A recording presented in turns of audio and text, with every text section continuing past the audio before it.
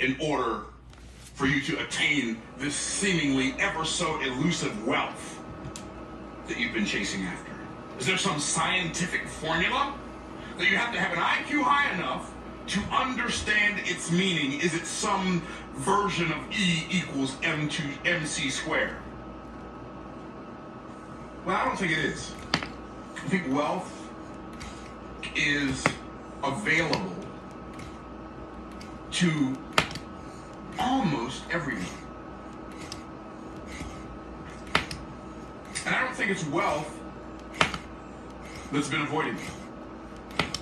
I think it's awareness of your access to the wealth that already exists. I'm going to give you, in a sentence, maybe the best sentence I've ever heard about income generation. Because when you first start out, it's so interesting, like on your wealth journey, you first start out desiring to make a lot of money in income. So I'm gonna show you in this video how to go from $0 to $1 million. Not from $0 to just from $0 to $1 million. That'd be great, because you can do that. All you gotta do is make $25,000 a year and work for 40 years, right? Okay, so that's not what I'm talking about. I'm talking about how to go from $0, you're not making $1 million a year, or wherever you are between 0 and $1 million, from there to $1 million a year. I'm going to show you, I'm going to give you what I believe to be some of the most important principles that will help you get there, step by step. And anyway, so let's get into that. So here's the sentence. I got this sentence from one of my favorite authors, one of my favorite speakers, one of my I like most kindred spirit communicators, none other than Daniel Priestley himself. And here's what Daniel Priestley said: income follows assets. Now, if you look at your income and you're not pleased with the income that you have, don't evaluate the income, evaluate the assets. What are the assets that you have that income is following?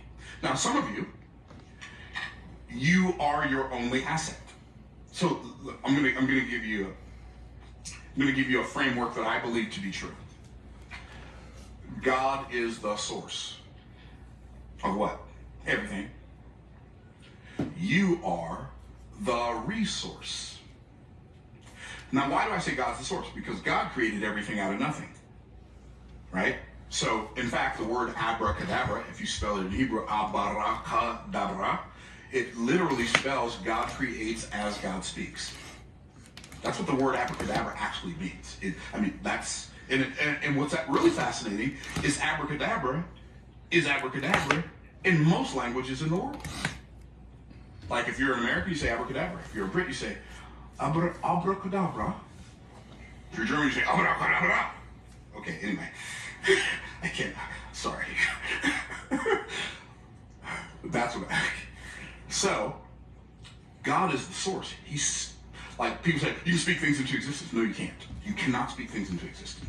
If you could speak things into existence, you would have already spoken something different into existence than what you got in existence right now. Because you're not the source. Only the source can speak things into existence. Bara means to create out of nothing. In the Bible, the only person who creates is God, out of nothing. The only one who creates out of nothing is God. Now, God is the source, but we are the resource. What does that mean? That means we get to create stuff out of the stuff God has already created. So I'm the resource. I take the source, what the source has created, and then I repurpose it, and then use it to produce a result that hasn't been produced before. Now, have you ever thought about this? It's a rant. Oh, don't do it, baby, don't do it. I'm going to do it. In Genesis chapter 1, it says, and God made the greater light to rule the day, and the lesser light to rule the night. What if you went through life just looking for analogies that show you God? Because here's what the scripture says. And I know this is not a Bible study. I mean, I talk about the Bible when I'm teaching business because that's where I got all my great business stuff from. Okay, but the scripture says, wisdom crieth in the streets. So you think you're looking for the answers, but God says the answers are looking for you. Now here's the question. Why can't they find you? Is that a good question? Seems like one, right? So the greater light, I believe, symbolizes God. Which is the greater light is the what? What's the greater light? The sun. What's the lesser light? The moon. The moon represents us. Where does the moon get its light? It reflects from the sun.